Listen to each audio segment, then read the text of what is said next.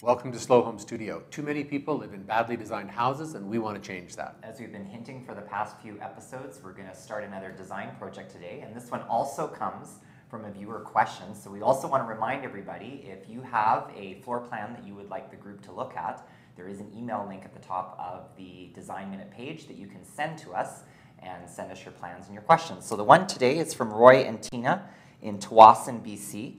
And their question is, the kitchen, family room, and dining room windows open onto the patio and backyard, which is northwest facing. We have considered many changes, but two of the prime elements are an eating area in the kitchen and keeping the dining area distinct.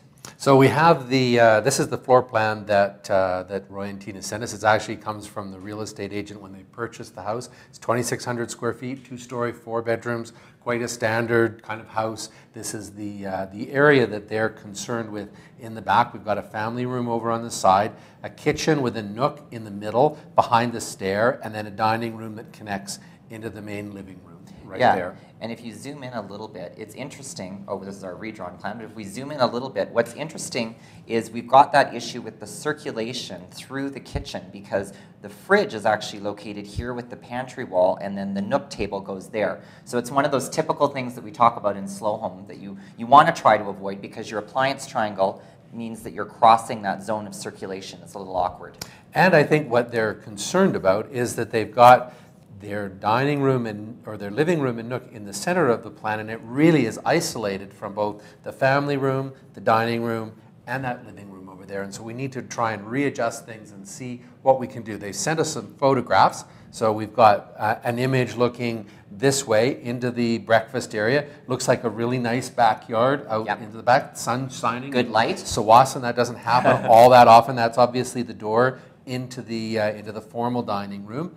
Now we turn around and look the other way, so we're looking this way. We can see there isn't a lot of counter space there, and we've got that typical kind of dropped cabinet that you saw in the 80s so often. Yeah, really, it's interesting because the nook is literally in the kitchen, but then at the same time it's sort of visually separating, trying to separate it with those upper cabinets. Yeah. Stepping back a little bit, sort of, I guess, probably from the doorway, you can see the relationship of that table to the kitchen itself. And now we've got one last image of a lonely-looking dog and the corner fireplace over here with, again, the windows out into the backyard.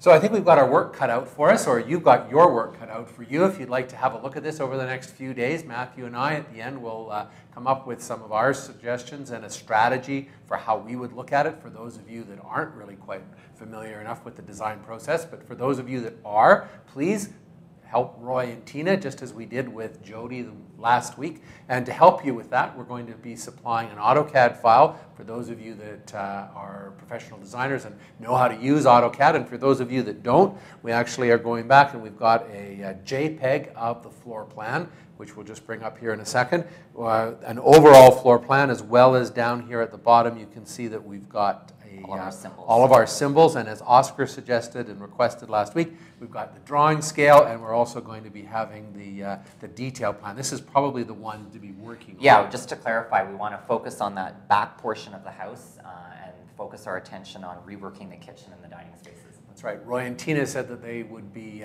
monitoring the blog so that they'll be able to answer any questions that you might have. So have fun. We will see you next week.